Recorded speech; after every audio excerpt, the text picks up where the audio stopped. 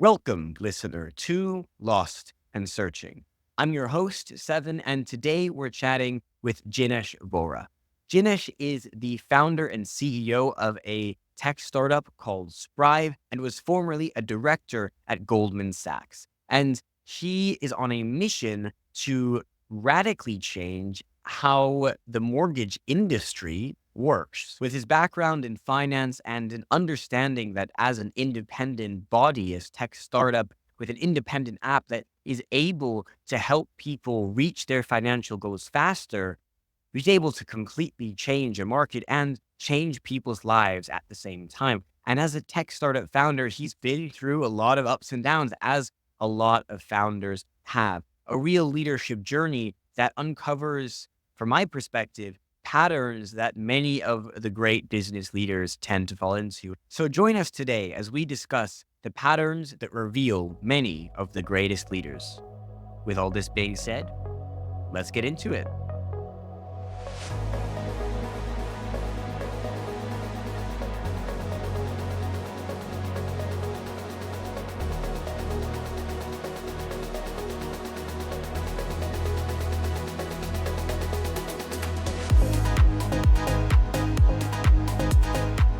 I have been in and around the startup ecosystem for a while now, first on the founder side of the table, and then into, as an operator, the other side of the table. And humans as a species have a few things that we're all really good at. One of them is pattern recognition, and getting to see so many founders, so many startups, so many leaders across the industry. I get the real privilege of seeing from a bird's eye view what works, what doesn't, and the patterns that tends to lead to some level of success.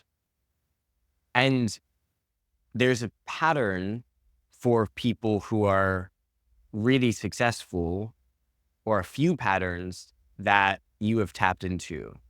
And I want to know more about them.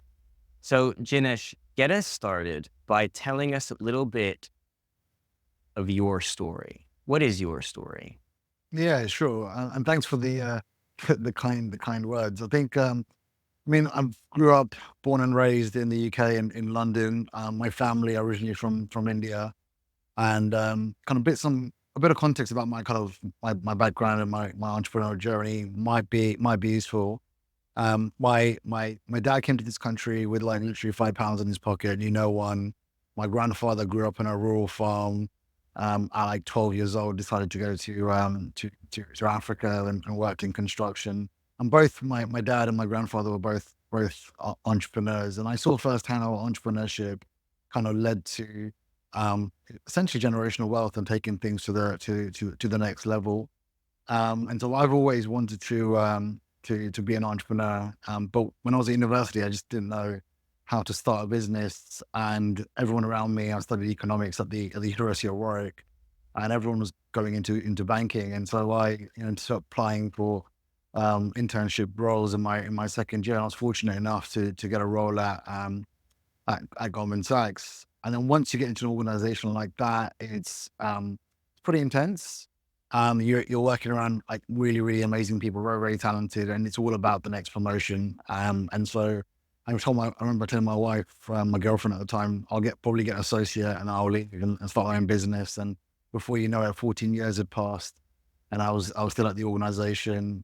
But that kind of that spirit of being an entrepreneur never kind of went away. I remember even like when I was watching television, watching like Dragon's Den and getting really like, inspired about like different ideas of business ideas that we could kind of potentially I could explore. I remember going down to the pub with friends after a few drinks, coming up with business ideas. And in my head, I never thought that I would actually take the plunge and actually kind of leave the corporate world behind and start my own venture. But it just kind of happened in that the seed was planted through my kind of like my background. And then it happened that a colleague of mine was leaving Goldman Sachs. He was leaving the corporate world and wanted to start his own business. And for some reason, he had a dream apparently the night before that he should talk to me and reach out to see if we wanted to do something together, which is really Really strange, right? Okay. Yeah. And I was like, okay. So he grabbed me. He was like, can we go out for like a drink? Just the two of us, which is also very unusual. And he was like, I'm leaving and I want to start a business. And I just felt like you were the person I should speak to and see if do you want to do something together?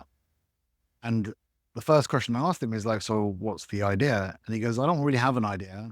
And so that kind of led to a whole process where we brainstormed business ideas after work, in the cafeteria. And we started probably, I'd say, in the July of 2018.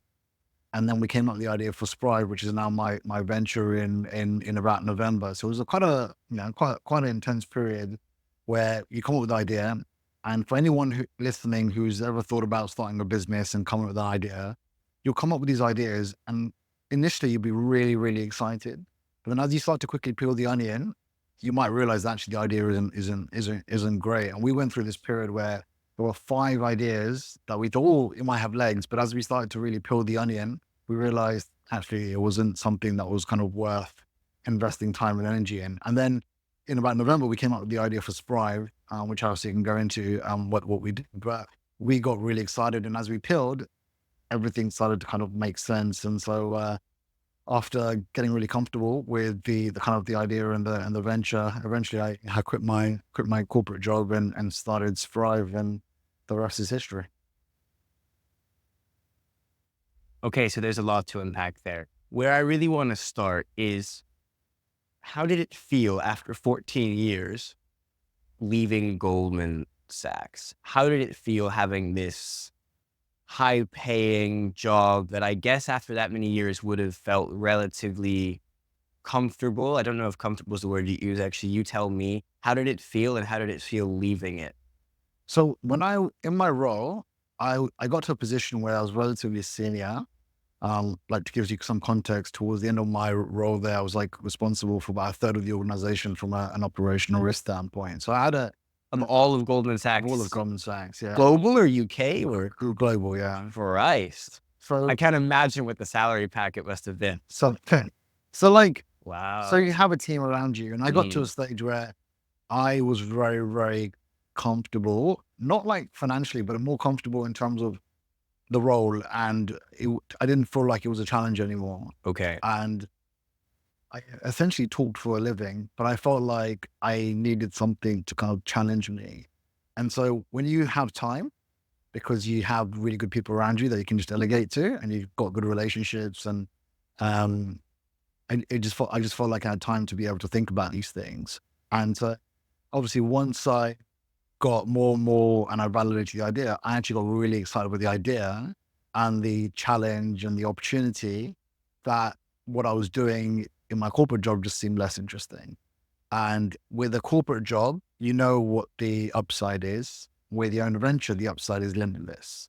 If you think about just taking a step back, every single like business that you see around you, an established business, has pretty much been started by an entrepreneur.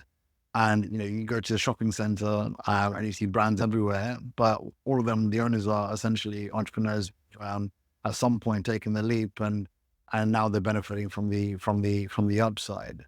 And so for me, that was kind of like the motivator. Like you only live once, and I can talk through the validation process, but everything that happened just got me more and more excited, and suddenly got to a stage where, and I probably shouldn't say this, but towards the end of my time there, I remember being grabbed by my reporting kind of MD, and he was like, "Jinesh, I never see you. Like half the time you're never at like desk or like what are you doing? Like the work gets done, but we're not seeing enough of you." And it got to a stage where I literally had completely like switched off from the corporate role, and I was just um, so excited about the kind of the road ahead. And then, yeah, I handed my resignation. Everyone around me was really like surprised and shocked, and because it's not really a done thing. When you leave, especially the kind of roles that I was doing, we tend to leave to another bank.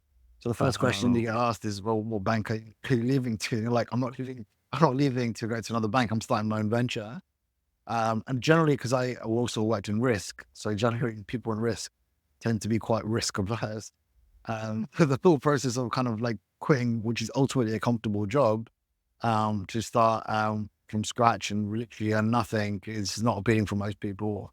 And so yeah, a little bit nervous, but excited at the same time.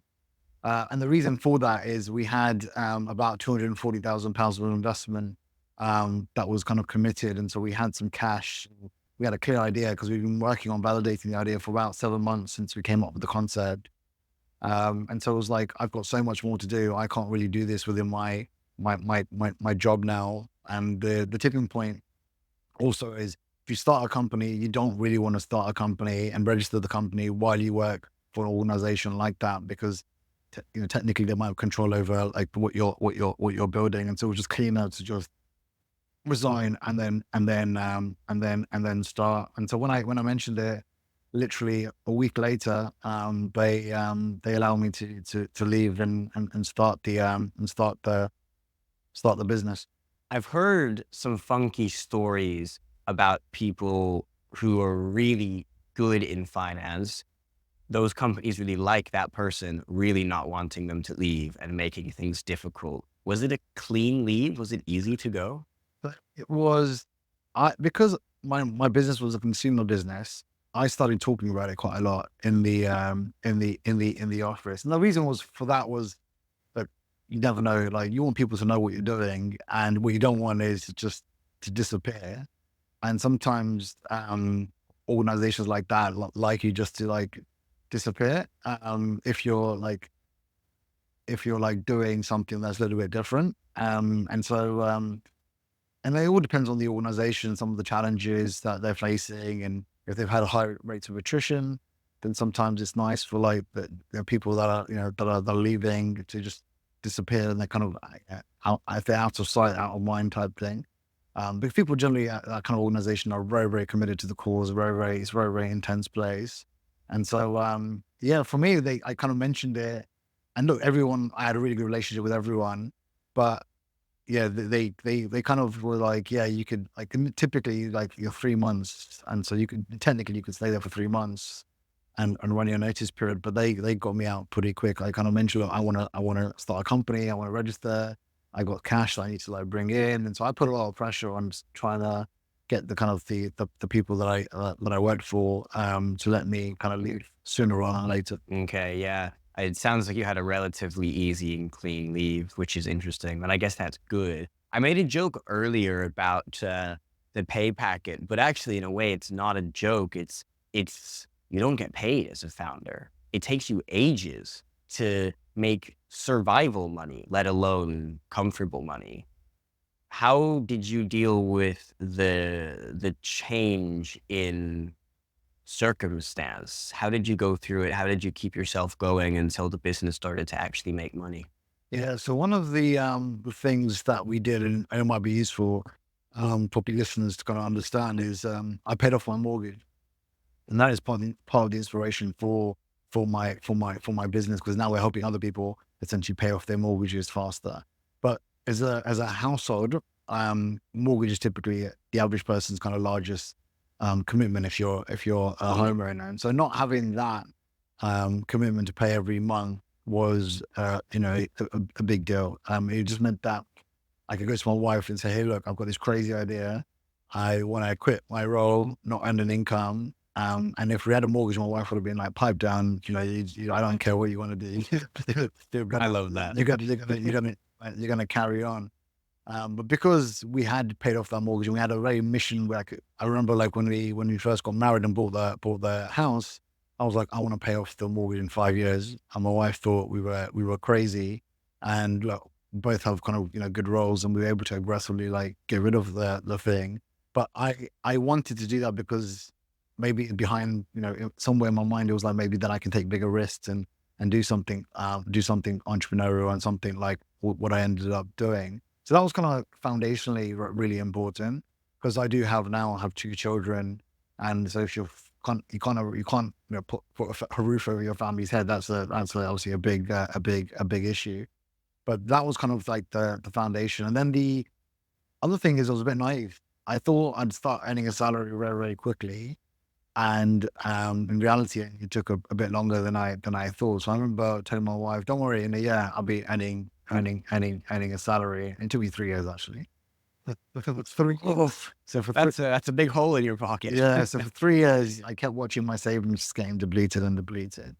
And obviously, I had my wife, and she's been really like amazingly supportive, and she's got a corporate role, and so that helps. And it's a good time when I've got young children. The commitments are a little bit lower, because as they get older, they have the things get a little bit more expensive, and so when they were nursery, it was tough.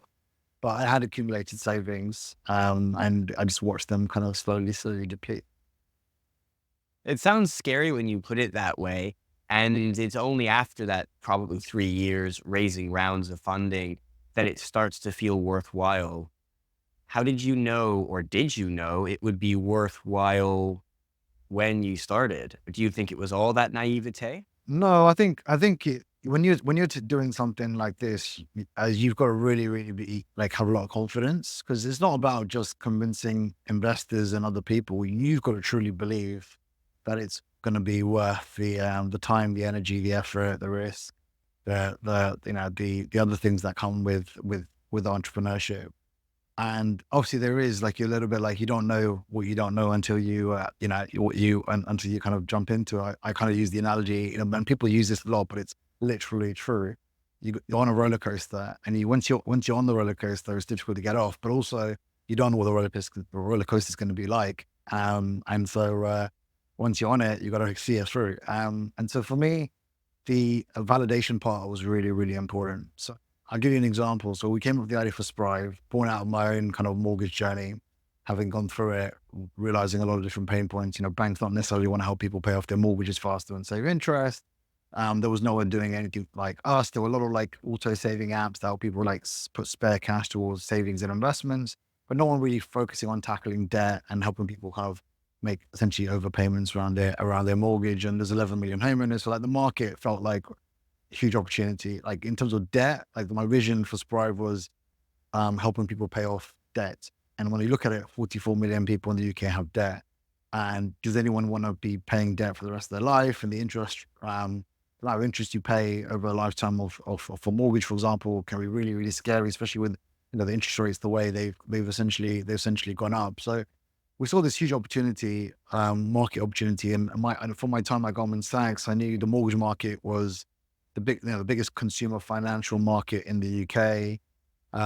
Typical lender earns like 3% net income margin on a mortgage loan. So if you sell as a mortgage lender, 10,000 mortgages, you're making like 60 to 70 million pounds in income. And the mortgage market is like massively fragmented. It's very, very traditional. Anyone who's got a mortgage, you typically speak to a mortgage advisor. They'll ask you for like 100 bits of information. They'll then put it in a portal. They'll sort by cost. The highest one that comes up, they go, okay, we're going to do an application here. Go to the lender's website, take the information that they collected from you and just type that in. And then it goes to a lender, and the lender has to manually verify all that information all the times. And the underwriting process can take 8 weeks. And so the whole thing's horrendous. And so Goldman Sachs actually invested 14 million pounds in a mortgage business called Trussell. And so I looked at the mortgage market from like an investor standpoint, and I was like, wow, like huge opportunity. Our market's massively fragmented. You got like 40,000 mortgage advisors, very, very low tech, huge opportunity to consolidate. And so that side of things, like on paper, it was like huge market, you make lots of money, fragmented, non-digital. And so then it was like, okay, so there's a big problem here. Like customers, borrowing lots of money, they've got a mortgage over a long period of time. 3 million people expect to sell a mortgage past the age of retirement. No one doing what we're doing. And so we came up with a solution. And then as we came up with a solution and we started talking to customers, before we knew it, we had 2,000 people. We hadn't built a line of code, and we had 2,000 people on a wait list saying, I want this product. And then we went to like people in the mortgage industry. So a good example, when I was still at my corporate job, they had mortgage advisors that you could speak to. They had like mortgage like meetings where as an employee, if you needed help with your mortgage or a mortgage advisor, you could go and talk to an expert. And I remember like talking to one of the experts there and said, look, I don't actually have an issue in relation to my personal mortgage, but I'm thinking about creating an idea. I wanted to get, someone who's in the industry, your view. And he was like, why don't we go for a coffee? So we went for a coffee and I talked to him through, the idea that I had for Sprive. And he was so excited that he was like, can you go and meet my board? And then a week later, I was sitting in front of, quite a large mortgage company here in the UK, in front of the board, going through a PowerPoint that I created, and literally an idea. And the CEO was like, really like this. Could we invest 500,000 into the business? I'm like, this is just an idea. This is just the PowerPoint. And this happened time and time again as I started to speak to more people in the mortgage industry. Everyone, was seemed to really like the idea of what we were looking to build. Then I started to like talk to investors, and investors were like, oh, I really like this. And before I know it, we had about £240,000 of people saying, can I invest? And including like the likes of the CFO of like the former CFO of Microsoft US and India. And so then you suddenly had all these different points. And then we also had to like build a founding team. And very quickly I was able to like bring in another co-founder, my CTO. And again, I thought, look, as a tech company, I'm by my background, I'm not a coder, I'm not a developer.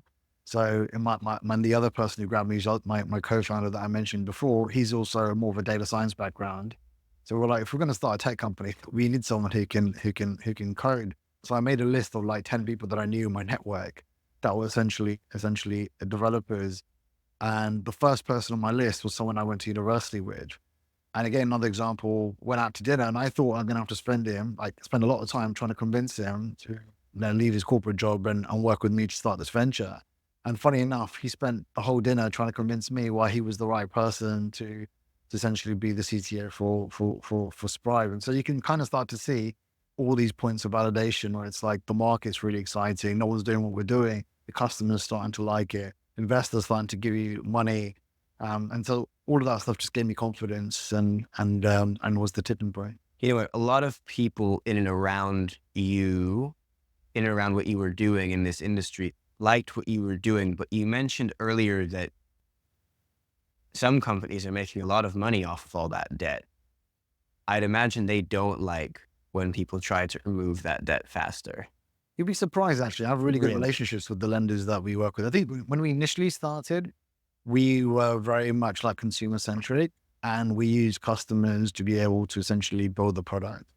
And so I'll give you an example. We make one tap payments to your lender. So the way the app works is you can put spare cash towards your mortgage. With one tap, you can make real-time payments to your lender. You can do things like shop away your mortgage, where every time you shop at Tesco's, Asda, Sainsbury's, Morrison's, M&S, Amazon, you're essentially paying off your mortgage faster. And so incremental small bits of money on a regular basis, given lenders calculate interest daily, compounding effects, can have a huge impact in terms of helping you A, save interest, but B, pay off your mortgage quickly. And so we have customers on track to save like £50,000 in interest and looking like 9 years off their mortgage. So like really like impactful stuff. And I think collectively our user base is on track to save like £100 million in interest. So you might argue that, well, lenders are like ultimately the customer's gaining, but the lender is essentially losing out. But if you really start to talk to lenders, you start to understand the way they think about the mortgage market and the industry. So as an example, there are 170 lenders in the UK. Obviously, we support 14 of the largest lenders in the UK. They're pretty much like 85% of the residential mortgage market, but it is quite a highly fragmented market. And interest rates are, what they are. The Bank of England interest rates are what they are. Swap rates are what they are. So generally, lenders find it difficult compete on price. There's also a little bit of variation, and they go after certain target market and customers with different levels of affordability. But a lot of their competition is how they treat the customer. When it comes to mortgages, at the moment, the lenders don't really do anything for the customer. So suddenly being able to go to their audience and their mortgage holders and say, we care. We know interest rates have increased from 0.25%, the Bank of England, to 5%. Is 20x higher.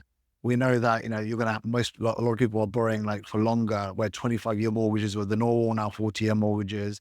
And so the fact that they can start to be more consumer centric isn't a bad thing. And if you're one lender, and you see another lender, you see all these lenders saying, we're going to work with Sprive because we care about the customer. You don't really want to be the lender who's like, actually, no, and kind of not be with Step.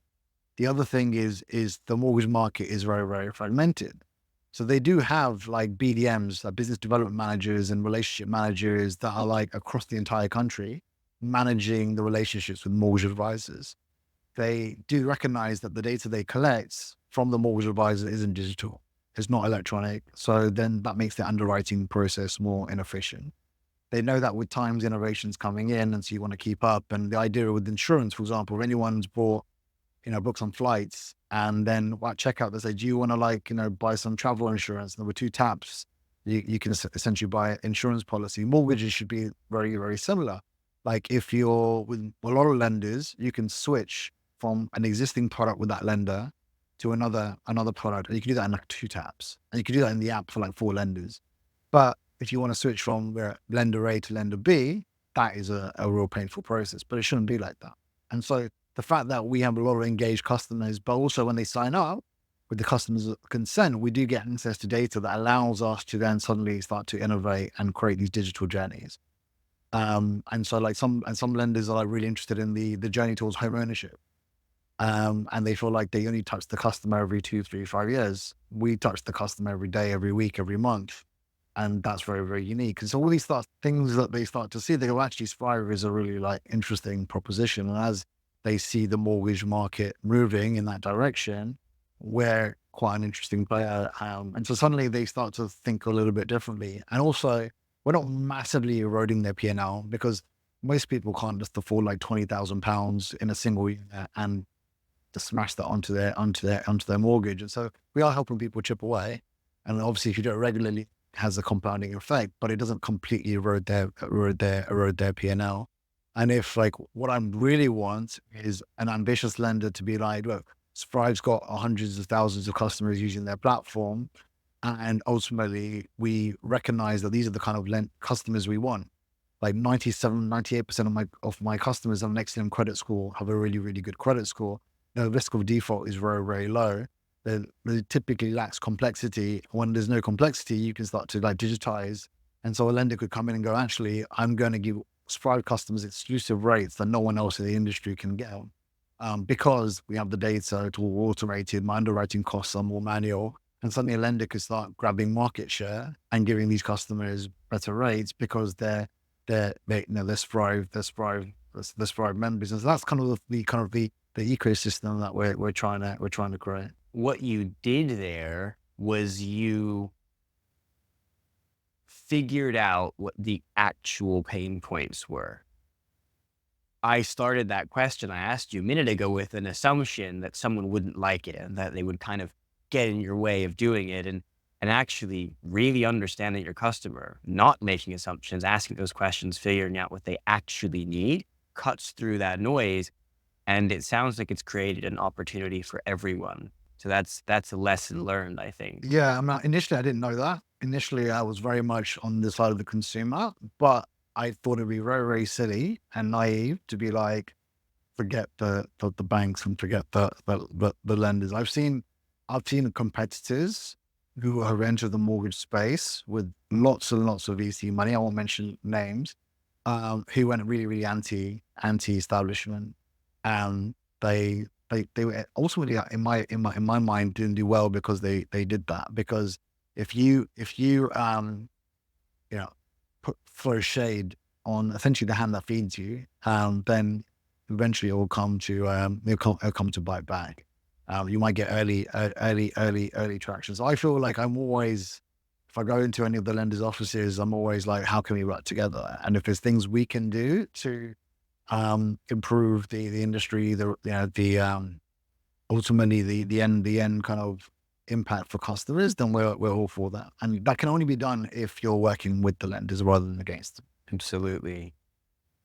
Talking about patterns and being naive, now that you know a little bit more, do you think that if you knew as much when you started as you do now, that you would have done anything differently? I mean, lots of things different. I think Like what? hindsight is obviously, great. But obviously along the journey, you learn. I mean, the biggest thing is like the network. Obviously, as a first time entrepreneur, your network is probably not going to be the right network, or it's going to be very, very small. And as you go into this kind of journey, you start to build your network, and that's kind of the fundamental thing of being an entrepreneur. And so, like a second time founder, it's a lot easier because you know a lot of people, and so like through that, when you're building your network, you, you go through things where you're essentially making mistakes, and then you learn through hindsight. Examples, a good example is the even product building. When we came up with the idea for Sprive, we built an MVP. And that's kind of, you read all the books and you speak to people, and like you gotta build like the MVP. And in my mind, I had an idea what the product should be. And it's kind of the product that we have today, which is very much auto savings, spare cash, one tap payments to your mortgage lender. The shopping came afterwards. That wasn't in the original kind of concept. But my co-founder as well was very much like, that's an expensive thing to build. Like, you're creating e-money accounts for people. You're physically moving money from their current account into their bank account. You're asking them to link their bank account via open banking, getting access to their mortgage. And people were telling me, people I was starting to talk to, that no one's going to do that. You're an unknown brand. No one's going to give you authority to put spare cash towards your mortgage. No one's going to be able to allow you to link your mortgage, allow these payments. You need to like start smaller and think smaller, and that's going to be expensive to build.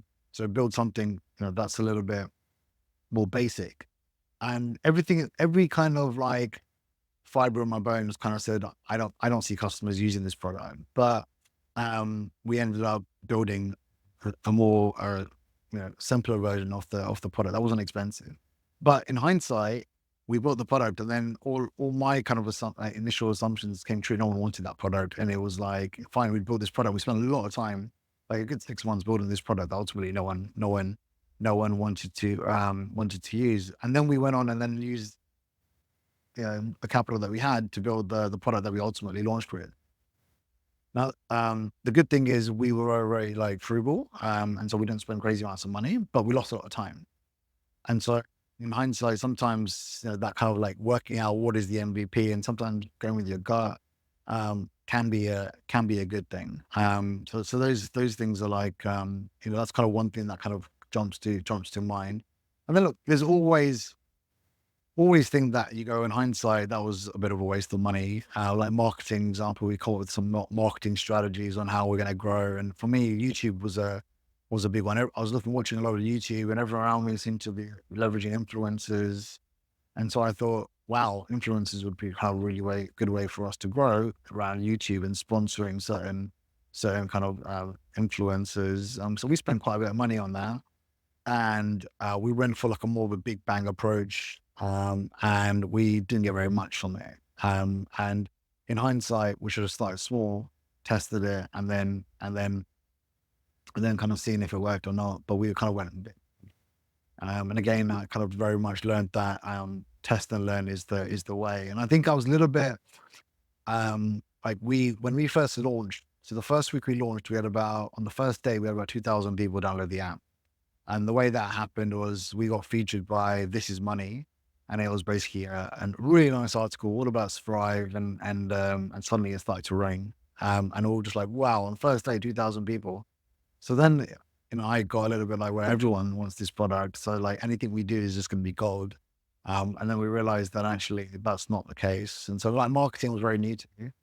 And very quickly learned that test and learn is really important in that space, because you can talk to lots of marketers who think they know it all, and they've been there, done that, got the t-shirt, but every business is different, and while there might be certain things you can kind of glean for it, actually marketing every single product is quite unique, and so no one really has the answers, and they'll just be like, test and learn is what I've learned.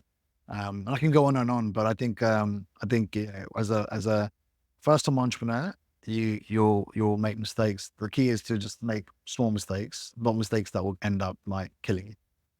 How do you control if they're small or not? How do you know? I think having a good group of advisors who've been there and done that, I think is important. If you think about it, that as you kind of do what you're doing this for the first time. But if you can learn from people who have been successful, or you can have them as advisors where you can just give them a call and be like, hey, I've got this thing that I'm not sure about. Then, that's also useful as a sounding board. I'm a firm believer of having, not being a solo founder. Like I know there's a lot of solo founders out there, but I don't think I think Sprive would have been dead if it was just me doing this, because I would have literally not be able to like do everything that needs to be done. And so well, we've got three of us, and having three of us to share the workload, but also challenge each other, really, really kind of helps, because sometimes we'll be talking about something and we all get really passionate, but you really then kick the tires around certain decisions and key decisions. And then you ultimately come up with a decision to kind of move things forward. But the fact that there's that challenge, and you need to find people that you can challenge and really like debate things, but not like get upset with each other. It's all for the common good of the venture, the business that you're essentially looking to run. And so that's been really, really useful. Data is also something that I'm a big fan of. You can go with like instinct, and sometimes you do need to go with your gut. And not all decisions can be made through data. But if you collect data, then you will hopefully the data will lead you into the right path. And things like business models are like super, super important. So I can't like when I initially started the business, I had like a high level kind of business model. But the more and more I kind of got into it, I had some investors, your advisors, and they were like, Jinesh, build a real detailed business model, because you will learn more about your business through that Excel spreadsheet than you will, doing other things.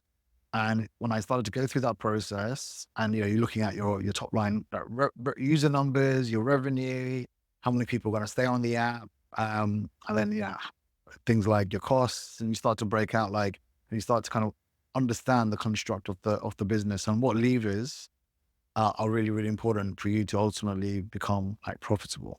Oh, got you. You can look at the gaps where people fall off. You can look at what they don't interact with. Stuff Yeah, like that. You but can look at movement from one data point to another. Like, talk to us more like what yeah, you so actually I'll learned. give you an example. So initially, when I came up with the idea, I was like, didn't really understand the cost of getting someone to download an app, and not only download the app, but then actually staying on the app and using the app, and then not only downloading the app and staying on the app, but also like be able to like generate revenue and ultimately P&L.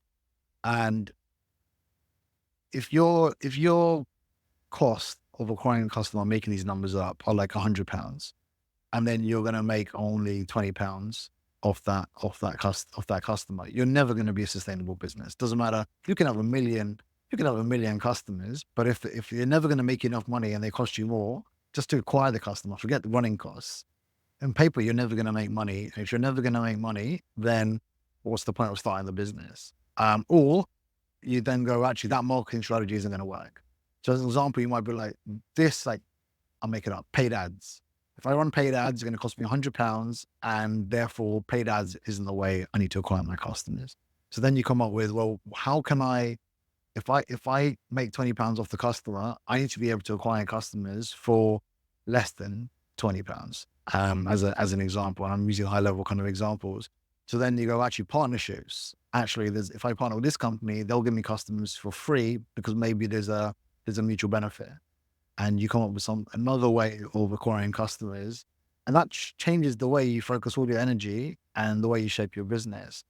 And so the numbers don't lie. And so you need to like think about all the assumptions you have and what is realistic, not what you'd hope to happen, but what do you think is realistic, and try to create benchmark numbers. And the more you talk to, you start to paint a story. And I remember when I started looking at the numbers, our go-to-market strategy changed massively once we created the model and I started to really delve into what we were doing. So as an example, like I think like Sprive, we have like tens of thousands of customers, but most of our acquisition is word of mouth. People will tell their friends and family, hey, do you want to save lots of money on your mortgage? You should download Sprive. And that is great because that's much more cost effective than spending, a lot crazy amounts of money on paid advertising, which can be quite saturated and expensive, and the quality of the customer could be quite poor. And so that's kind of an example. Hopefully that kind of makes sense. It does. There's a quickness to the way you figure out describe and put these thoughts and ideas together and a logicalness, if that's a word, a logic to the way that you construct the picture. I'm wondering what experiences you feel like you had that contributed to that most, like your time at Goldman Sachs, getting to that level that you did, or anything else that you experienced. Do you, or how do you feel that helped construct your ability to build this business and to move through these challenges that you hadn't encountered in business before? Yeah, so I think foundationally having a kind of a broad range of skill sets, I think is important as an entrepreneur. And if you don't have those skill sets, bring in other people that do to kind of complement your weaknesses. I think as a founder, you need to be very self aware. The more self aware you are, the more likely and humble you are, the more likely you are to like compensate for areas where you where they need compensating for. And obviously, you can always you can improve your weaknesses, but if you're not aware of those, then it's going to be very difficult for you to like um, improve those. And I think my role at Goldman Sachs and my corporate job put me in a really good place foundationally to like make sure I had a broad range of skills. And the roles that I had were very, very entrepreneurial within that organization, but without having to worry about money or talent, which are the two hardest things when it comes to starting your business. But it was very much a culture where they wanted you to treat your job as if it was your own business. And so how can you reduce costs to the absolute maximum? How could you maximize P&L to the absolute maximum? How could you improve customer service to the absolute maximum with very, very little? You'd be surprised, even though they made so much money, they'd give you very, very little in the grand scheme of things to be able to like make things happen. And so that kind of mindset was obviously key. The drive, because every year the bottom 10% would probably could be asked to leave the organization. And so you're always on your toes. And with the way those organizations work in terms of compensation, you're working very, very hard. And if you're not near the top, you'll start to question whether it was all worth it. Because you do, it's a bit of an intense place to work. So I think that being in that kind of environment where you always want to be the best, and you have that drive and you're resourceful and you're always trying to like think outside the box and stand out from the crowd. If you've got all these talented people, you're like always constantly thinking, how can I stand out from the crowd? And that brings creativity and trying to problem solve. And so all these kind of attributes, I think, were like really good grounding for me kind of going into this role. But even small things like my dad started making me work for his business like when I was 12. And so even though it wasn't like my own business, I kind of saw how my dad run that business. And I was quite a lazy child, I'd say, in that I'd get given a task, and my first reaction would be, how can I do this and do a good job? Because if I didn't, my dad would call me up on it, but do it in the quickest way possible. So I'd always be looking for shortcuts, and that was just constant. Even at university, I'd look at creative ways of like being able to like just get things that I need to get done, and I've always been like that. And so you could call it laziness, but actually, after a while, it's actually just being kind of clever with your time and being savvy. But it comes from I think a little bit of laziness is that I've got this to do. How do I get it done as quickly as possible? It's so funny. And delegating is a great way of doing that, finding the right people, but also using tools around you and technology around you. And so, yeah, like sometimes people are like, how do you do all the things you do? But it's, being hyper efficient, like being able to prioritize and working with intensity. Like absolutely, like when you're working, you're like smashing through things. Like in biz, if you're working an hour and you've got like 4 things to do, you're just pushing yourself, just get everything done. And before you know it, you take a step back, that a lot has been accomplished.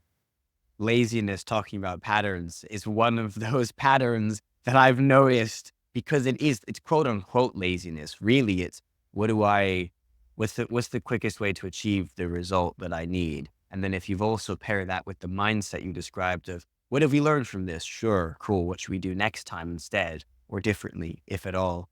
You start to really quickly get little micro steps of traction that are so fast, they add up really fast to a lot of progress. And one of the things I'm trying to figure out through your story is what it really takes to build something that is much bigger than you, right?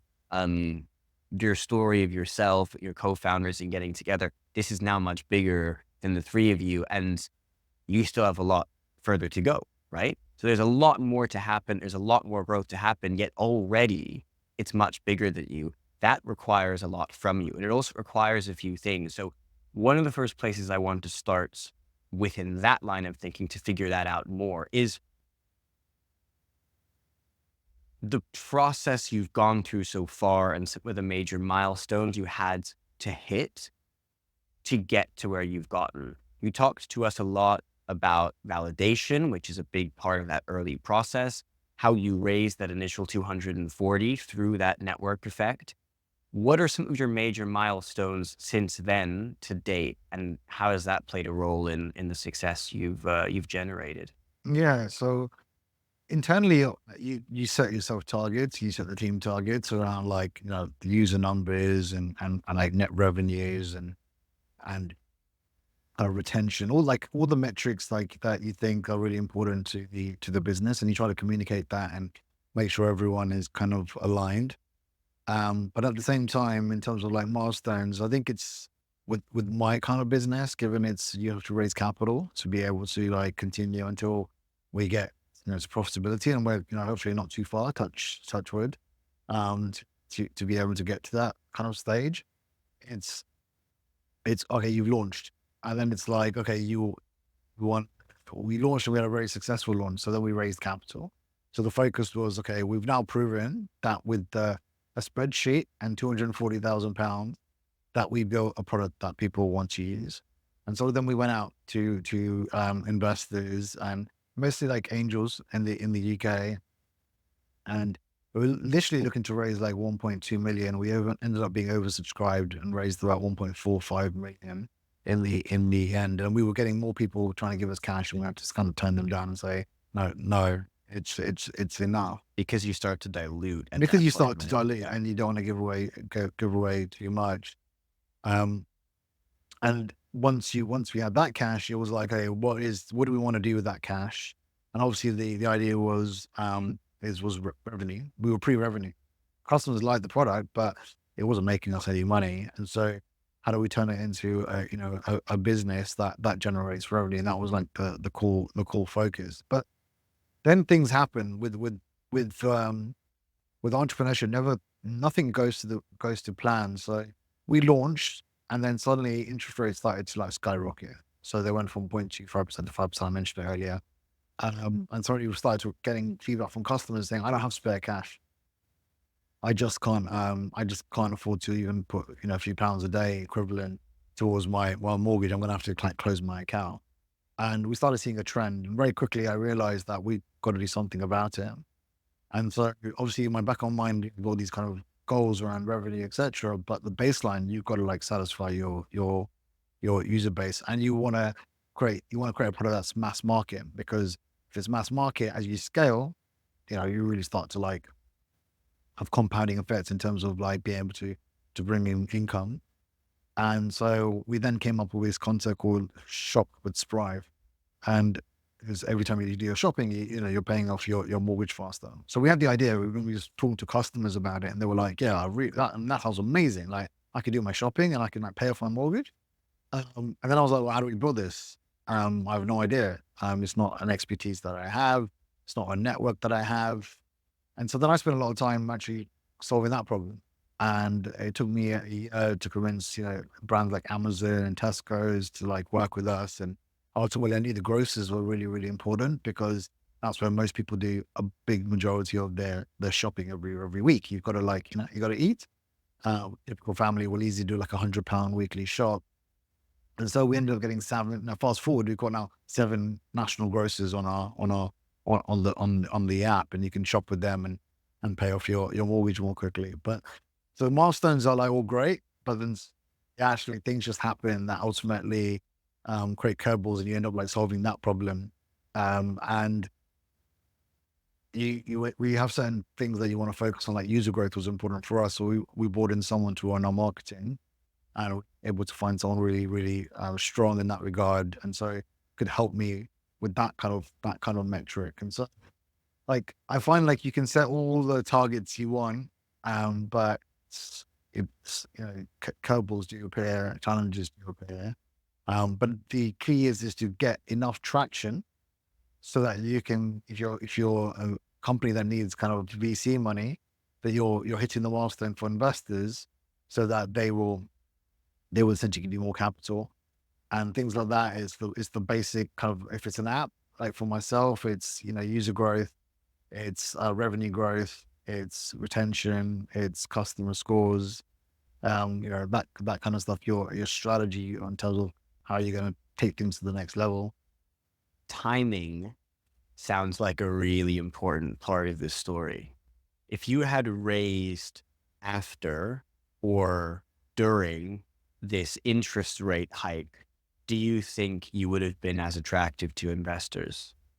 It's really a good point. So I think from a consumer standpoint, rising rates means that more and more people are focused on their mortgage, and the cost of the mortgage is skyrocketing.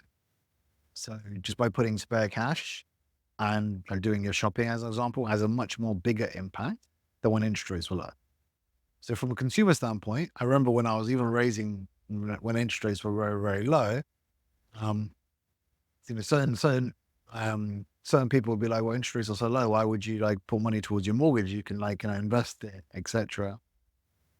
And I was getting, quite a lot of feedback. We were still like, there was enough investors out there that kind of got the vision that still it appealed to them.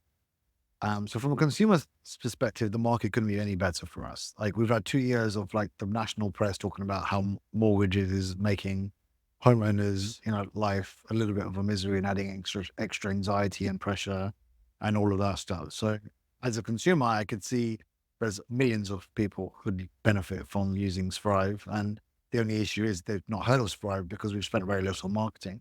That's about to change. We've got £3.5 million to spend on television, which is very, very exciting for us, and that will really accelerate our growth. But we wanted to do it at the right stage when we felt like we had the foundations for them to like really, really scale and skyrocket. But in the flip side, with interest rising, the cost of capital has gone up. When interest rates were very, very low, people wanted to find ways of like earning money through investments, and putting your money into a bond. It wasn't interesting. There was nothing there. There was no yield. So taking bigger risks is what people want to do with their capital. Now with interest rates, the way they are, there's a lot of different places where you can put your money and get like a bit more of a return without taking as much risk. Also, during that period where a lot of people put money into investments, a lot of them have not seen any real money back. And investors tend to breed off confidence. There was a phase with crypto, for example. Yeah, ton of money went into crypto. Mhm. Right, all the excitement. Most of them have failed. Right, like a huge number of failures, and so that's also hurts. So timing is great from a product perspective. From a fundraising perspective, we were lucky that when we were pre-revenue, that we were, we raised when we did, and we closed, and when we closed, everything started to then change. So timing is definitely important. And now we're back at a market where it's more challenging, especially for like consumer personal finance business. But our numbers are just really, really strong. We're solving a big problem. So we've been fortunate, but timing is sometimes everything, yeah. And luck is sometimes some things you just can't control. Can you engineer or influence luck? Yeah, 100%. I think luck is just one part of it, but you create your own luck. And I think the number one thing is getting yourself out there.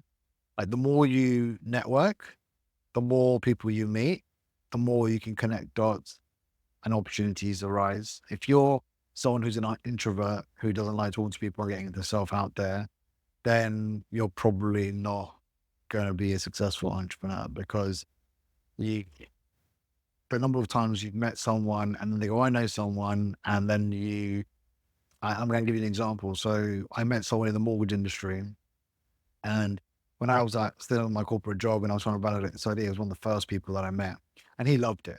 And he was just like, this is great. Helped me a little bit getting set up on the tech side. And I kept in touch with him. And I was talking to him about, I'm looking to raise. And he was like, I don't know about like raising, but there's this guy who is looking to create a mortgage comparison site. And you should talk to him. He's a really interesting guy. And I was like, who is it? And it was a guy called Rob Pines. He's the founder of 118.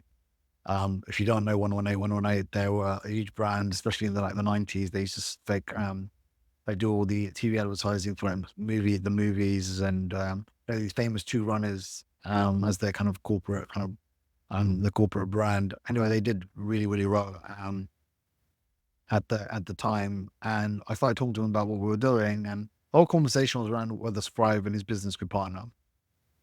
And eventually, very quickly, I realized that there wasn't really an opportunity to do some sort of partnership. And so maybe some people would have been like, okay, great, nice to meet you, let's keep in touch, and maybe we'll kind of connect in the future. But I kind of flipped the conversation because I could tell that he really liked what we were doing, and I knew he was a successful individual. So I said, would you invest? And flipped the conversation, and before you know it, he became an investor in Sprive. And so I think one person would have gone to that room and got nothing from it. Someone else went into that room and got quite a bit of investment. So I think you do create your own luck, but networking is like a big part of it. And then being able to see situations and identify opportunities.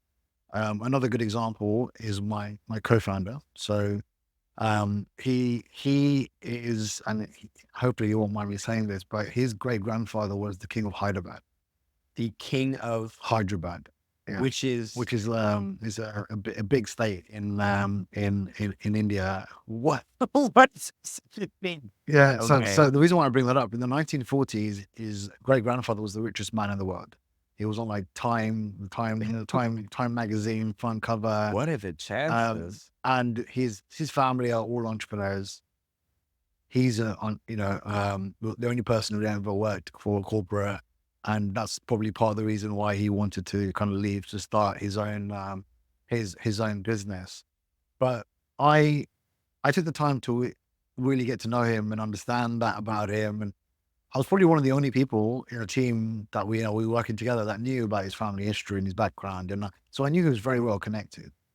When you looked at everyone else, superficially, they were kind of knew him, but they didn't really know, they saw him for what he did in the role. And he was a little bit more junior than me.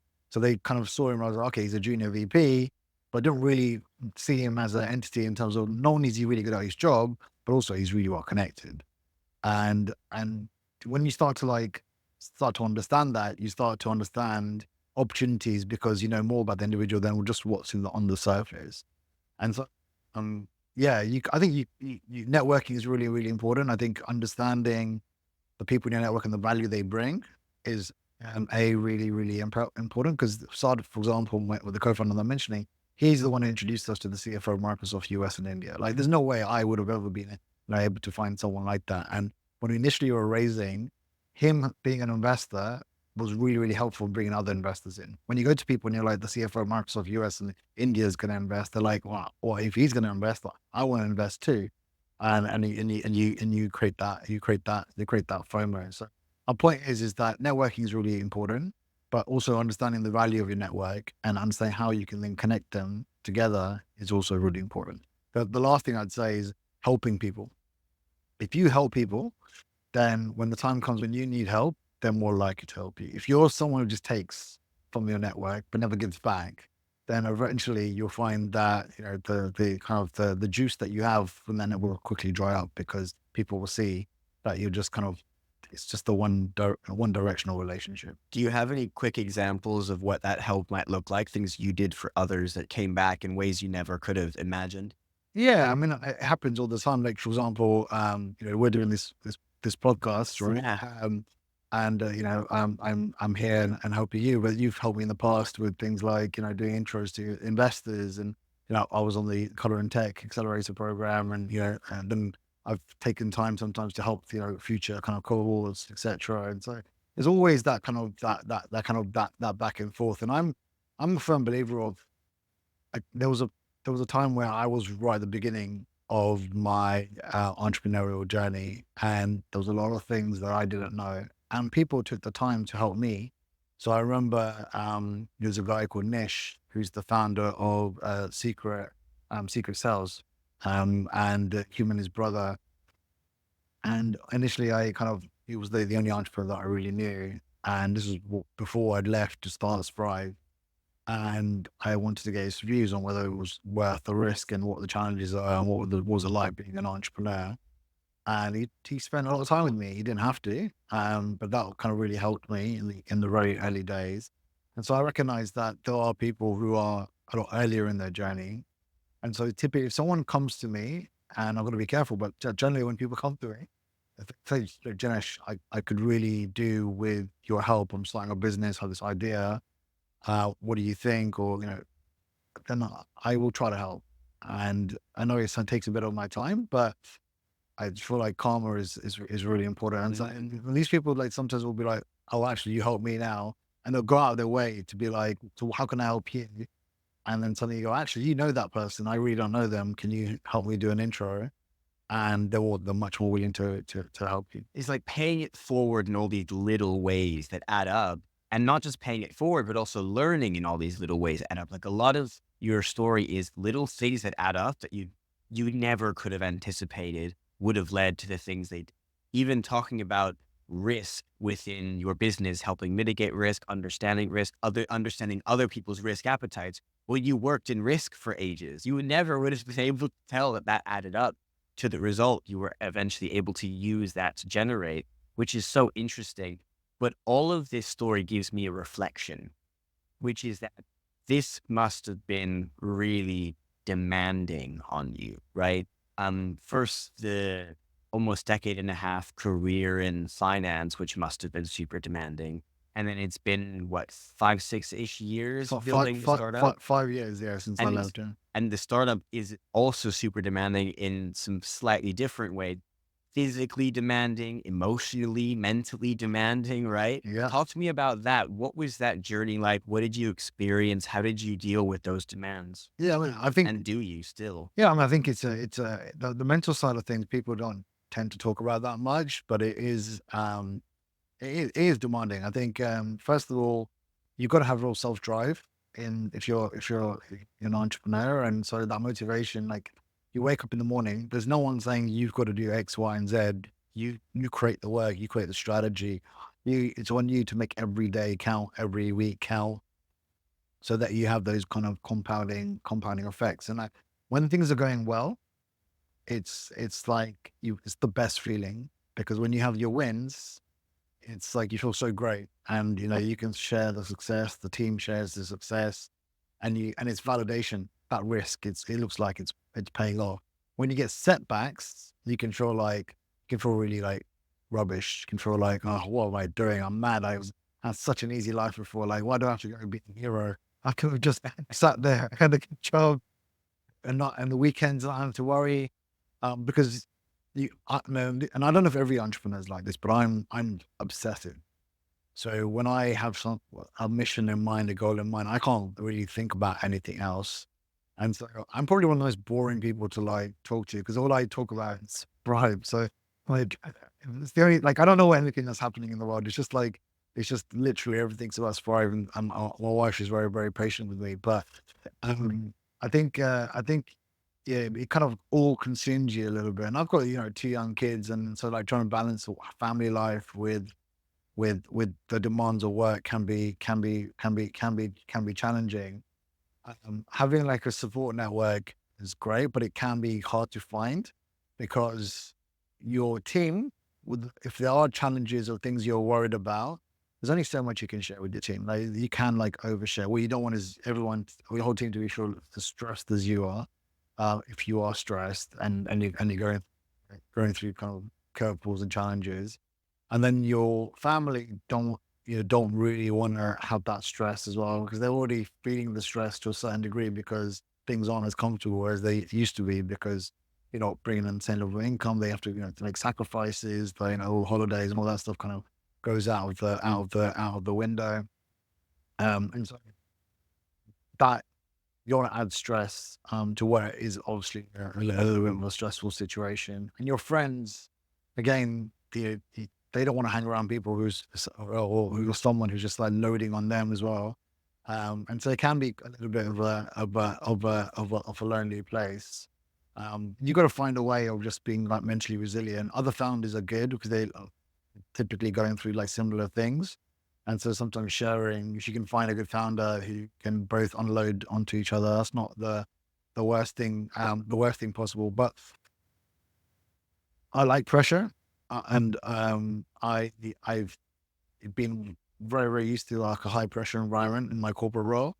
In my early days in my career, I used to work in a place called asset servicing, but it was literally like in a day you'd have like 15 to 20 deadlines, and you had to, without boring anyone with details, you had to get certain things done within each of those deadlines throughout the day. And if you didn't, the company would lose like millions. So you got to a situation where you could handle a lot of pressure, and actually you end up thriving on the pressure. You really like start to enjoy it. And so I think I have the right temperament to do something like this, but I can really see it crushing people because especially when you're taking other people's money, it can weigh heavily on you because they're looking you in the eye and believing in you and believing that you're going to like, really get them, an amazing return. And if you, and the fool having to go to them and say, sorry, but I lost all your money isn't great. And then also the company you almost become the company, like you're the face of the company, especially if you're the CEO. And so everyone knows you for the company that you started, and they will judge you on whether it's just a success or failure. So your whole identity becomes that, especially when you're doing it for a long period of time. And that can put pressure on like this has to succeed. That can be a positive thing, but if it's not going well, it can be something that kind of like almost like a pile of bricks trying to like fall on you, like being like always like you can just find yourself drowning if you're not careful. So I think it gets harder when it's not going well. When it's going well, it's a lot easier for sure. Do you think if someone doesn't have that temperament or capacity that they can do the kind of thing you're doing, that they can build and work in such a high demand environment in a tech startup? I think it depends what role you do. I think if you're the CEO, in my view, holds the most pressure. Like we've got three co-founders, we've got the CTO and the COO. Their jobs are execution. Their jobs aren't really like creating something out of nothing. There's a book. It's very much similar to like a corporate role, per se. And so the pressures there are a lot less. But if you're one of the CEOs and like you're responsible for business development and fundraising and kind of core business critical things, then the buck sits with that individual, and then you do have to be very very resilient, very very resourceful, and have to have those attributes. And I think if you're a little bit like actually you have a slightly lower risk tolerance, what I would say is create a company that's not a venture scale business, but create a company that is you can bootstrap and very quickly start to see capital. Okay, got you. One of the reasons this is so interesting to me is because, again, talking about patterns for success, or patterns that I notice in those that are most successful, there's this mindset that pretty much all leaders, high performance leaders, but especially tech startup leaders, need to show up with. What is that mindset to you? You mentioned having that mindset earlier. What is the mindset for success from your perspective? I think it's like the mindset is that kind of obsession. I think you every day you're like thinking, how can I make Sprive better? Like what could we do to kind of move the needle? And you're constantly thinking about the team and are you getting the most out of the team and where we need to like focus our energy because as a startup there's so many different things you could do and so many different areas you can kind of focus your energy. And if you have like a small like we're a team of 11, so you want every person to be focused on the right things. And sometimes you don't like when you the flip side, the more you network, the more opportunities you see. But the problem is that if you take on too many of these opportunities, you end up spinning your wheels and not getting anywhere. And so it's sometimes having to be hyper disciplined and go, look, let's just get this done, and then the next thing, and not try to like get the team trying to do too many things. Because I have a habit of like seeing so many opportunities, and so like have to like force myself to like be like really really ruthless on prioritization and all of that stuff, and having a plan, but not planning too thoroughly. I'm not one of those people that goes, this is our like 12-month plan and this is what we're going to do. Because I noticed that, I used to do that when I was in the corporate land, but um, that things were very, very finite there. Here things are very, very fluid. And so like, I know what the team's going to be doing for the next 3 months. Beyond that, anything can happen. It's just looking at like the best opportunities that are available with the team that you have, and also the talent pool that you have. That there will be certain things that you'd love to do, but actually might be beyond your team right now in its current capabilities, and being aware that's the case. So actually, let's just kind of part that, because when you start something, things typically take longer than you think. And so, like for me, like when you're talking about like the drivers, the motivations for success, you have like a north star that you want to get to. And for us, the north star is actually being profitable.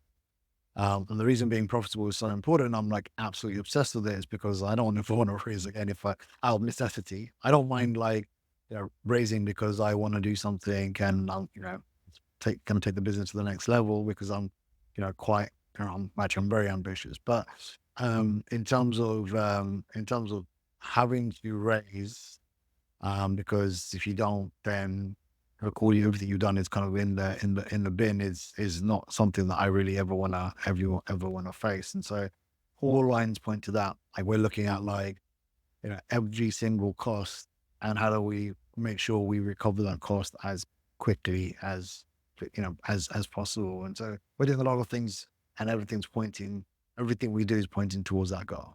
Talking about team, your mindset is something you can control or influence, but other people's aren't.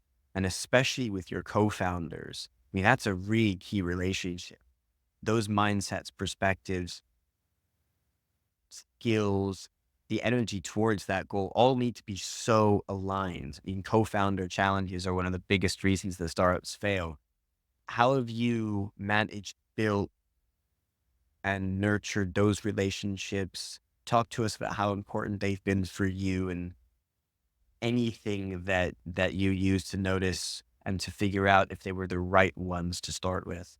So I think like completely agree. Like if your co-founder relationship isn't strong, and suddenly when one of the co-founders decides I've had enough, then it's like quicksand. Everything starts to like kind of fall and crumble. Especially because our founding team have all three very concrete, distinct roles.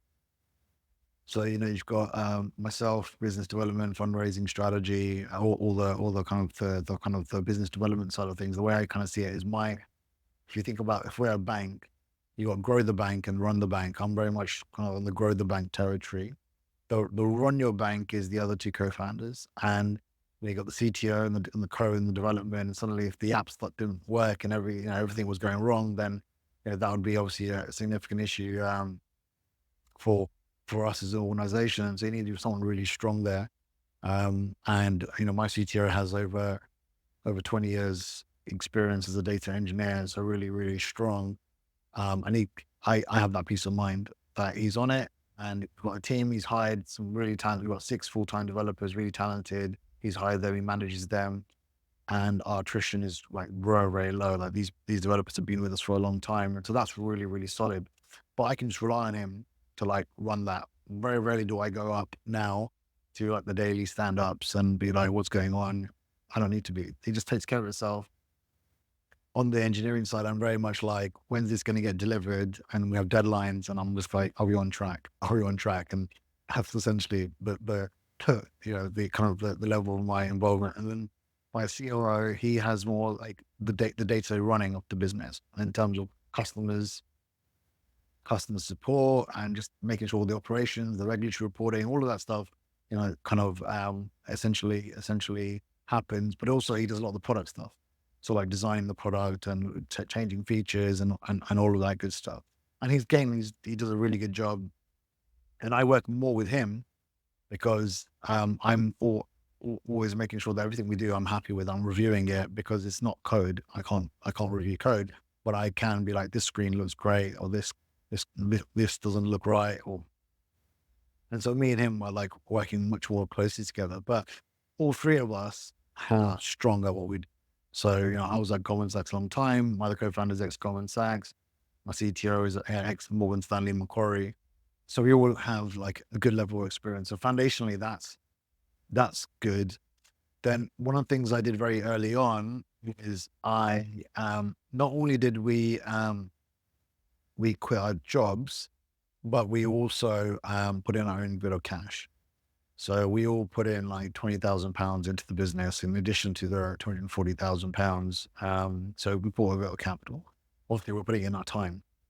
The other thing I did is I got everyone to find people in their network to put in money. So the 240, we kind of said 3 co-founders, we all got to find like an equal tranche of people to invest into the business. And so we all put in some family or friends money in terms of like the startup. And that's kind of important as well, because you're also putting your energy and time, but you're putting people that you care about. We were convincing them that they should put money into Sprive. These things are all important because you're all then working towards incrementally working towards like a common goal.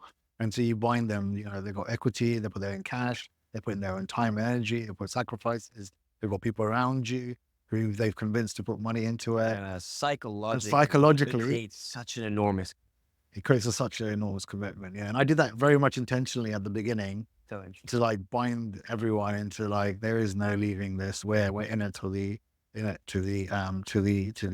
end. When you find a co-founder, they've got to have the right skill set, but they also got to, they've got to not only just sorry, let me just think about that. I wonder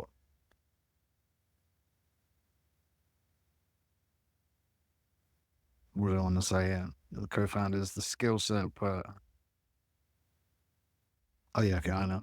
So in terms of the founding team, for me, it was not only just getting the right skill set that complements yours, but it's also people that you trust, that you have a relationship with. I don't know if I could go into business with someone who I just met and that I didn't really know.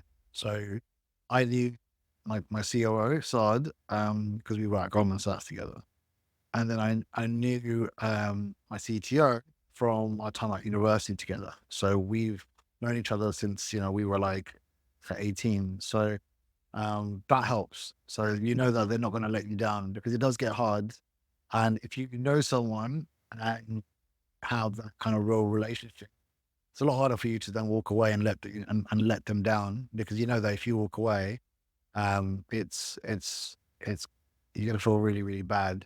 And so not only are you tying them up in other ways, but emotionally being someone that you really trust, is good. Ultimately, it can impact, like, it becomes less of a friendship and more of a business relationship. The relationship does a little bit change, but knowing people that you trust because you've known them for a while is something that I've learned on, and it's worked well. I love this. Again, talking patterns, another one of them is this kind of quote unquote entrepreneurial DNA, growing up with it a little bit. You mentioned it at the very beginning, your family being very entrepreneurial. I remember seeing a LinkedIn post from you the other day where you kind of mentioned you were I think it was your mom who saw you on the news or the newspaper or something like that, and talking about having left a relatively comfortable job. Your post was reflecting on like, oh, okay, turns out it was worth 5 years later or whatever. Turns out your family also agrees it was worth it. But they probably did get it at least a little bit if they were also entrepreneurs to some extent. And this gets me thinking about what impact they had on you, right? In depth. What was that entrepreneurial mindset or DNA or experience growing up? What did it manifest as? What did it look like? What do you think you took from them that either just that I guess is most interesting to you, but also you think had the most impact on you? What do you think most influenced or accelerated the journey you've had? Yeah, so I mean, I think family plays a big part, because obviously as a child they kind of shape you, and it's all subconscious to a certain extent. It's only as an adult you start to like look back and start to realize that there were things in your childhood that actually probably decide on how you end up living your life to a certain extent. For me, my grandfather was a real source of like inspiration because I kind of touched upon this before, but imagine a 12-year-old leaving their parents to go, on a boat to another country and to find work. And I remember him having a massive argument. He was telling me when I was younger, he's passed away now, how he had a massive argument with his father and his dad about him wanting to go and find work in another country, and him ended up going with an uncle and jumping on a boat and making his own way. And again, obviously, he started with working in construction, but then found the confidence in his 30s to start his own construction company. And by starting his own construction company, he was able to generate enough wealth. And that had a domino effect with then my dad getting a very good education in India and learning like English and going to boarding school and then come to the UK with £5 in his pocket, but then being able to use that kind of education kind of privilege that he had, and being able to kind of use hustle out of necessity because he didn't know anyone to be able to like ultimately start his own accountancy firm. And that I remember when I was younger, and he used to tell me stories. So some of it I didn't see firsthand, but you also obviously hear the stories and the challenges and the struggles. Initially, my dad couldn't get a job, and he was cleaning like toilets and working at kind of the local supermarket. And then he met someone, a member of our family, and they went into business together, and that started to like snowball. Like initially a few clients, and then build and build and build until I was generating enough income that me and my brother could go to private school education, and that again gave us the foundation for me to then go to a good university and get a good corporate job. And so for me, I've seen firsthand that they've set the bar. And as a student, I was very fond of like history. And I remember like reading like books, and the monarchy is a great example. You'll see like a monarch who's been amazing and they're a child and they're terrible, and then things go to pot over and over and over Again again. in And history, history, you yeah. see good kings and good queens, and you see not so. And it's that kind of generational, like, and I didn't want to be the child that was like, my grandfather has done so much. Like if he hadn't done what he did, I'd still be in a farm, like, they're working day in, day out.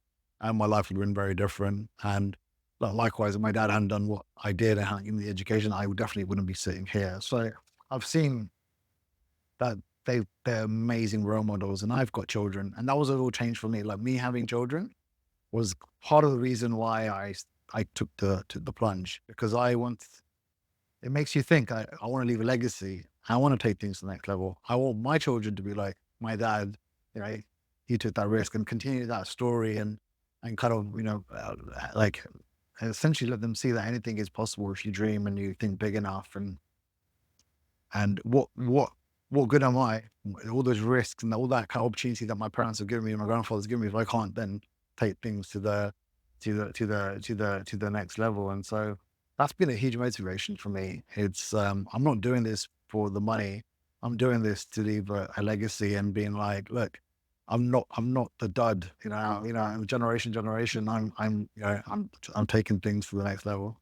That's such an interesting reflection. I love that the way the cocktail of inputs that lead to the motivations that we have is fascinating to me because they're going to be different for everybody, but equally they're all equally powerful by nature of the fact that they feed in to that motivation to create and activate whatever impact you're having out here. Everyone's is different, but I think by reflecting on them, you get to appreciate them Mm. and then lean into them. And it sounds like you've done that, which is really, really cool to me. As we start to wrap up today's conversation, what I'm noticing is that there's a journey here that you've a mix of observed in others and experienced firsthand yourself of what it really takes to be a great leader and show up as someone who's really going to change something, whatever your corner of the world is. For you, it's a mix of the mortgage industry within finance to the lives that you and your co-founders have and affect, et cetera. We've all got that. From your perspective, your reflection, and from that experience, what does it mean to you to be a leader? I think it's twofold. I think one is sort of setting very clear direction and vision of what success looks like, and making sure you're constantly reiterating that to your team. Because if there's clarity in where things are going and the vision, then everyone starts to move in that same direction, and they also get excited by the end goal. Because I'm a firm believer of that. If we do well, everyone within the team should also should do well. So I think that's kind of step one, and that clarity and communication, and get everyone excited about, look, we're working hard, but it's all towards a kind of a common benefit. I think is important. And at an individual level, when you're managing the people that you do, understanding them on a human level, understanding what is important to them, what motivates them, what makes them happy is really important. Because if you have people that work for you that are happy, you'll get the best out of them. And also, it's just a thing to do because I think it's part of being a good human being. I mean, I did this in my corporate world as well. I remember, as a side story, someone that I used to work with, and she used to work so hard, bless her, but you could tell the kind of leadership team decided that she would never get promoted.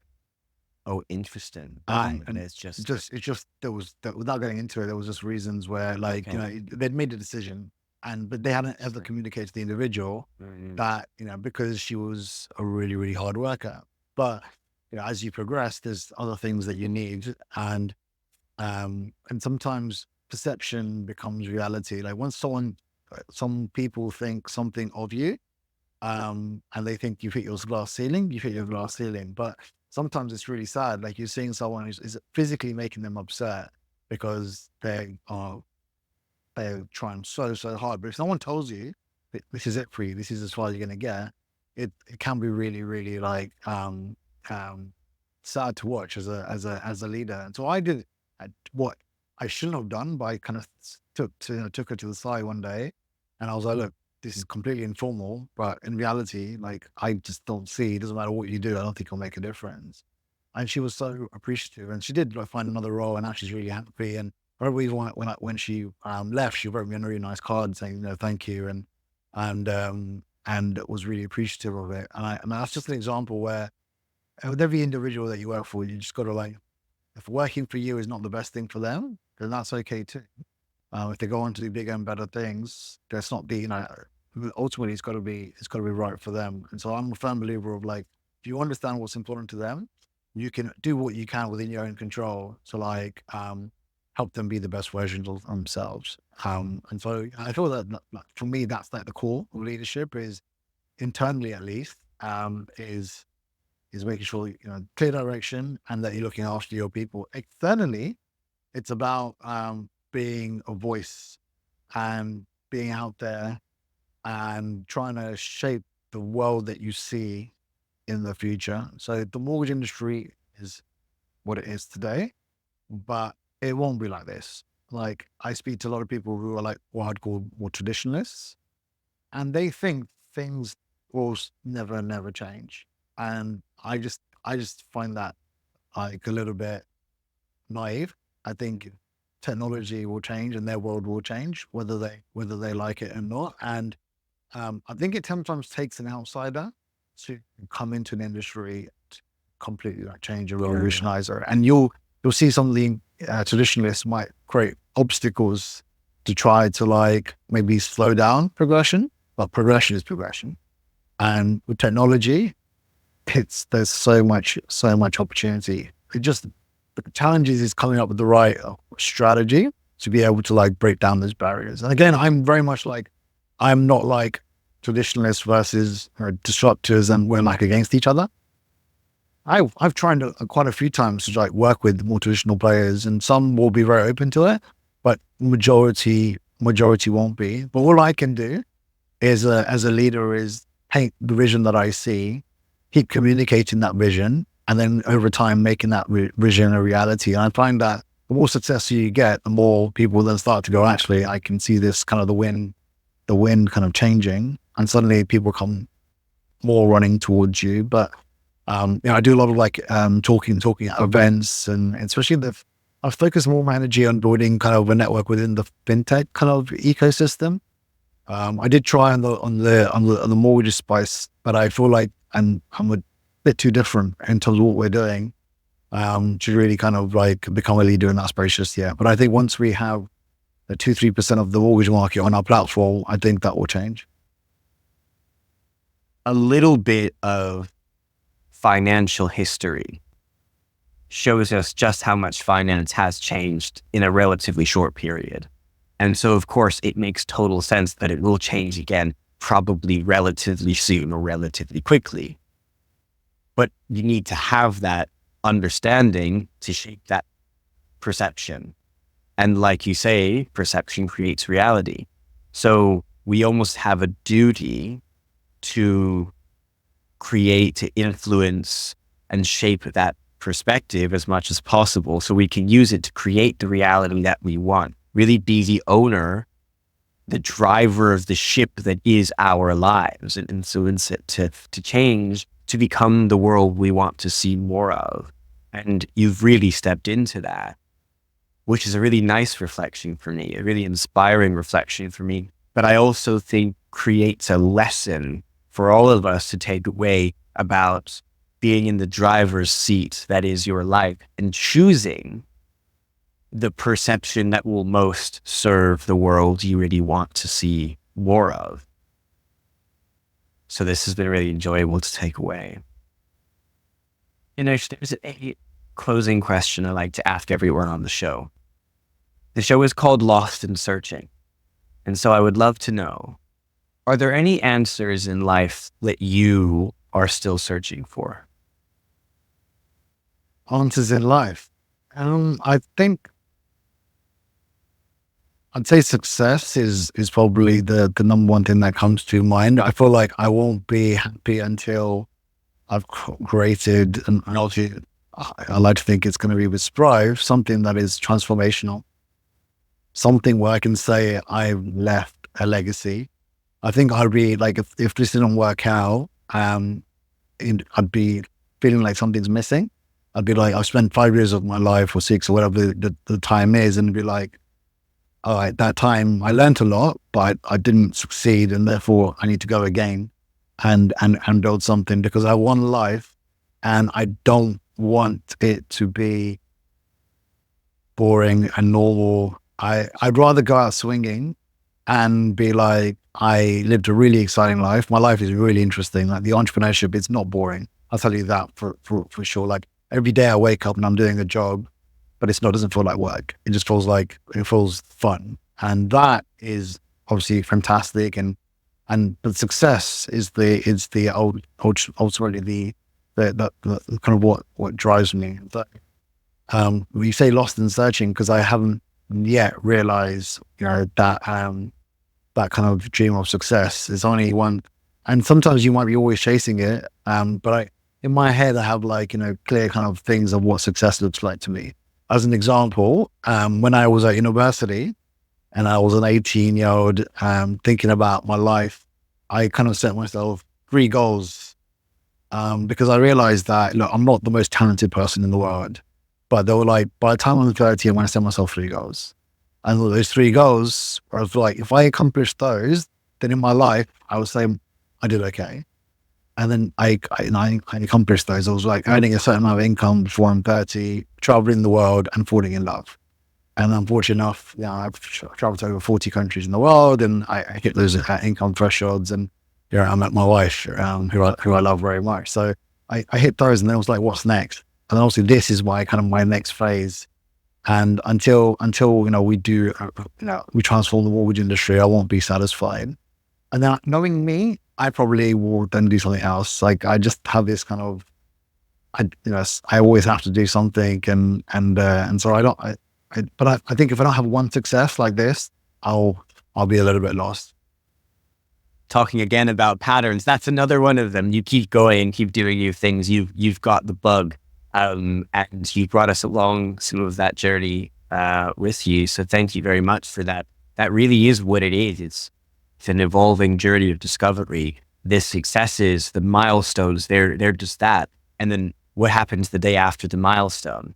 You might need a new one. Every single day is part of that. And I've got a number of rules for my life, and one of them is to really enjoy every day, because the journey is the destination. Yeah, the destination that you reach at the end of that journey, well, that's kind of the end of your life.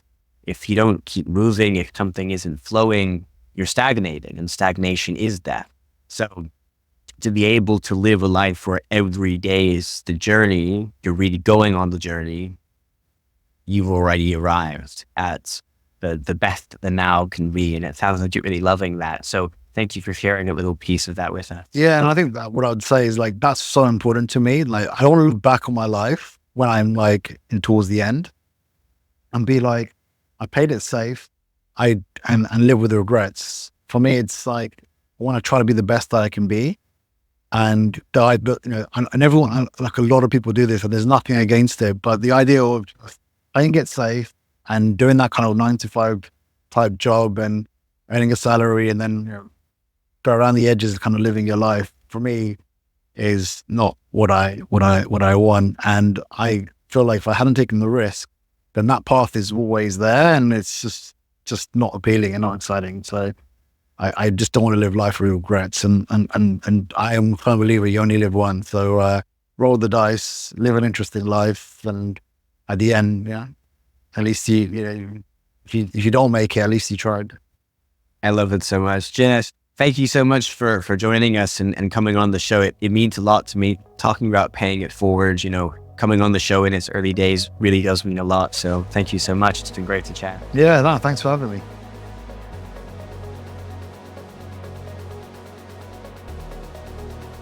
Hey everyone, I hope you enjoyed the show so far. I just wanted to take one quick sec to ask you for a huge favor. If you've been appreciating the show, the guests, the lessons, the journey we've been on, then the best way you can help out, to help me and help everybody else listening to this, is to subscribe to the show wherever you are. YouTube, Spotify, or wherever else you're watching the show. Hit the subscribe or follow or whatever other button, and all the bells and icons, whatever else you're happy to keep up to date with the show, hear about new episodes as soon as they launch, and help us to grow and reach more people. I know you've heard this before, but it's because it really does help. It really would help out and makes the world of difference to me. So thank you in advance. And honestly, I really appreciate you. And one final quick note here. I wanted to draw your attention to my free weekly newsletter discussing a variety of topics to do with leadership development and discovery over on Substack. I'm always so humbled by all of the kind words of support I've received over the years from people reading my newsletters about how interesting or helpful that they've been. So if you want that extra hit of the thought-provoking conversation once a week, then you can find that in the show notes down below. Thank you so much. I really appreciate it. And let's get it.